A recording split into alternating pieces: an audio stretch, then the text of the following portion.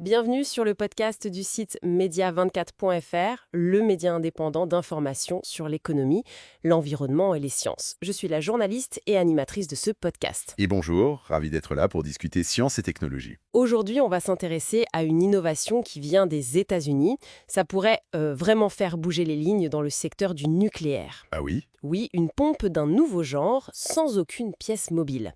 C'est développé par une entreprise, Nano Nucléaire Énergie. L'idée, c'est d'utiliser des champs magnétiques pour faire circuler des fluides à des températures très très hautes dans les réacteurs. Alors on va regarder ça de plus près. Pour commencer, cette pompe, on l'appelle ALIP. Comment ça fonctionne au juste? Sans hélice, sans engrenage, c'est assez contre-intuitif, non? Oui, c'est vrai. Alors, IALIP, ça veut dire pompe induction électromagnétique annulaire. Le principe est assez malin en fait. Il n'y a pas de pièce mécanique qui bouge, non. À la place, on génère un champ magnétique qui varie. D'accord. Et ce champ, il crée un courant électrique directement dans le fluide. Bon, il faut que le fluide soit conducteur, évidemment, comme du sel fondu ou du sodium liquide. Ah oui. Et c'est ce courant électrique induit qui met le fluide en mouvement. Le gros avantage, c'est qu'il n'y a pas de contact mécanique direct entre la pompe et le fluide. Ce qui est idéal pour les fluides très chauds ou corrosifs, j'imagine. Exactement. Ça limite énormément l'usure et donc la maintenance.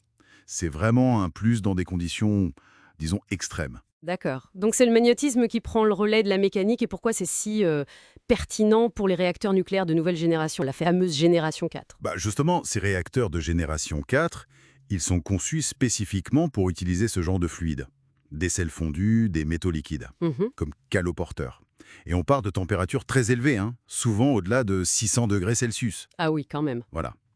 Et faire circuler ces fluides très chauds, parfois corrosifs, de manière fiable, sur la durée, c'est un vrai défi technique pour les pompes traditionnelles. Elles souffrent beaucoup dans ces conditions. D'accord. La QP, elle est vue comme une solution potentielle, une solution assez élégante à ce problème. C'est un peu la pièce manquante, si vous voulez, pour aider au développement de ces réacteurs qui promettent d'être plus sûrs et de produire moins de déchets à longue durée de vie. On remplace un défi mécanique par un défi électromagnétique, en quelque sorte. Et comment ils s'assurent que ça tient la route? Ces tests, ils se passent où? Comment? Alors les tests, ils ont lieu en ce moment dans l'État de New York, dans le comté de Westchester, plus précisément. Ils ont monté une installation dédiée, une boucle d'essai sur mesure. L'idée, c'est de simuler au plus près les conditions réelles d'un réacteur. Température, débit. D'accord, une sorte de mini-réacteur pour la pompe. C'est un peu ça, oui. Et ils utilisent pas mal d'instruments de mesure pointus. Ils cartographient le champ magnétique, ils ont un système d'acquisition de données en continu. Le but, c'est vraiment de surveiller très finement comment la pompe réagit, quelles sont ses performances réelles dans ces conditions difficiles. C'est indispensable de valider ça en conditions quasi réelles, bien sûr. J'ai lu aussi que cette technologie pourrait intéresser d'autres secteurs que le nucléaire. C'est exact. Oui, tout à fait. Le savoir-faire qu'il développe en électromagnétisme, en sciences des matériaux qui résistent à tout ça, en contrôle automatisé des systèmes, ça a un potentiel qui dépasse le nucléaire. Par exemple, On pense par exemple au secteur spatial, peut-être pour des systèmes de propulsion, ou dans la défense, pour refroidir très efficacement des lasers de haute puissance, par exemple. Et même pour certains procédés industriels qui opèrent dans des environnements très contraignants. D'ailleurs, ils ont un partenariat avec une entreprise A-Robotics pour explorer ces autres pistes. Classique, une innovation technologique qui essaime. Et est-ce qu'on a une idée du calendrier? Quand est-ce que cette pompe Hailey pourrait être Oui. sur le marché? Alors, Nano Nucléaire Énergie vise une commercialisation pour fin 2025 ou courant 2026. C'est l'objectif affiché. D'accord.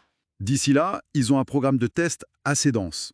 Ils vont tester plusieurs versions de la pompe avec différents types de fluides. Ils mentionnent le plomb, bismuth liquide par exemple. Mhm. Et ils prévoient aussi de simuler des pannes pour voir comment le système réagit, pour tester sa robustesse. Le fondateur, Jay Yu, il insiste beaucoup là-dessus, des tests rigoureux pour avoir un produit final qui soit fiable et industrialisable. Bon, encore une bonne année, voire deux, de tests poussés avant une possible application industrielle. Et si on se projette un peu plus loin, quelle serait la place de ces pompes LIP?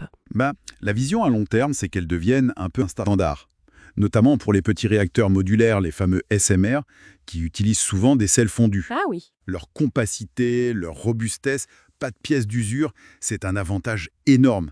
Ça les positionne très bien pour cette 4e génération de réacteurs. Elle pourrait vraiment lever un verrou technologique important pour ces nouvelles filières nucléaires. En facilitant la circulation de ces fluides très chauds. Exactement, en fiabilisant cette circulation en circuit fermé. Bon, alors si on résume les points essentiels, une entreprise américaine, Nano Nuclear Energy, a mis au point une pompe électromagnétique innovante, la LEAP. C'est ça. Elle fait circuler des fluides type sel fondu ou métaux liquides à très haute température, sans pièces mobiles, grâce à un champ magnétique. C'est une avancée notable pour les futurs réacteurs nucléaires, ceux de génération 4. Tout à fait. Les tests sont en cours avec une commercialisation espérée vers 2026.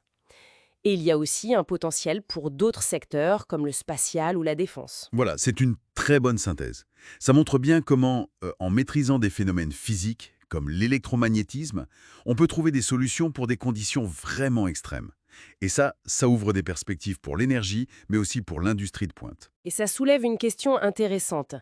Si cette technologie confirme tout son potentiel, à quelle vitesse nos systèmes énergétiques pourront-ils intégrer ce type d'innovation pour répondre aux enjeux actuels, notamment climatiques? C'est une question qui reste ouverte. Merci beaucoup pour cet éclairage. Merci à vous. Merci pour votre écoute et retrouvez plus d'actualités sur media24.fr.